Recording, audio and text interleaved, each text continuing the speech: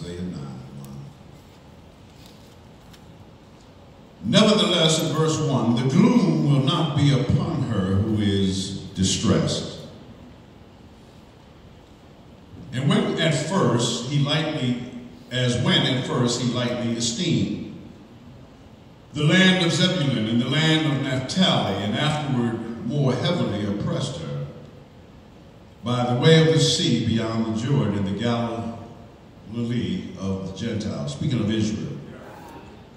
Verse 2, he says, the people who walked in darkness, listen now, have seen a great light. Those who dwell in the land of the shadow of death, upon them a light has shined. You have multiplied the nation, in verse 3. This is after the light. Tell somebody, after the light. And increased its joy. They rejoice before you according to the joy of harvest, as men rejoice when they divide the spoil. Verse 4 says, for you have broken the yoke of his burden. Tell somebody, after the light. And the staff of his shoulder, the rod of his oppressor, as in the day of Midian. Verse 5, tell somebody, after the light. For every warrior's sandals from the noisy battle and garments rolled in blood will be used for the burning and fuel of fire. Verse number 6, here comes the light. For unto us a child is born. Unto us a son is given. Tell somebody, he's talking about the light. The government will be upon his shoulder. His name will be called Wonderful, Counselor, Mighty God, Everlasting Father, Prince of Peace.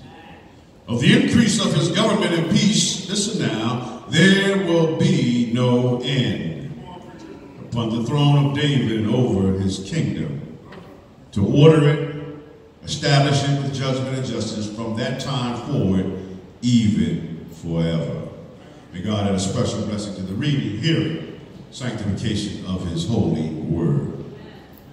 Back in March 2015, early one morning, a young girl named Heidi, along with her boyfriend Christopher, decided that life was too difficult to live any longer, and they both decided that they no longer wanted to stay on earth.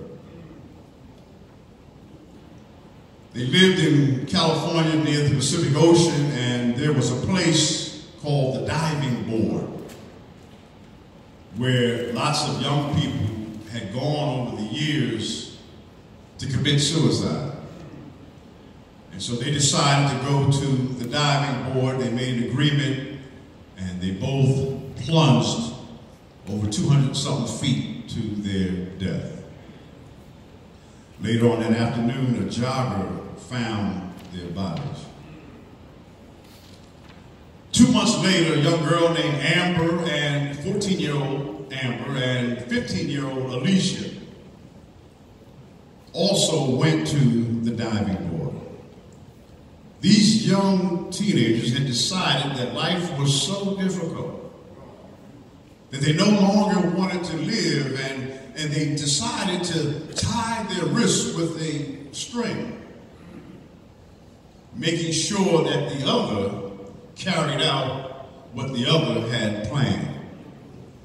And so they went to the diving board, and these two young ladies also jumped off the cliff, committing suicide, ending their lives. The place called the diving board has had numerous teens and young people jump off and end their lives because the culture that we're living in today is one of hopelessness.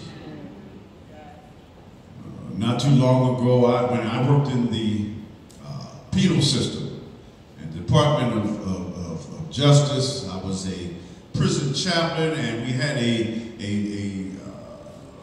whole section for just youth and young people. And these young guys were in there. They would tell you, listen, I'm not sure I'm going to be living tomorrow. That's why I do everything I do for the here and now, because I'm not sure that my life will extend. And so when you live in that type of hopelessness, there's not a whole lot you won't do.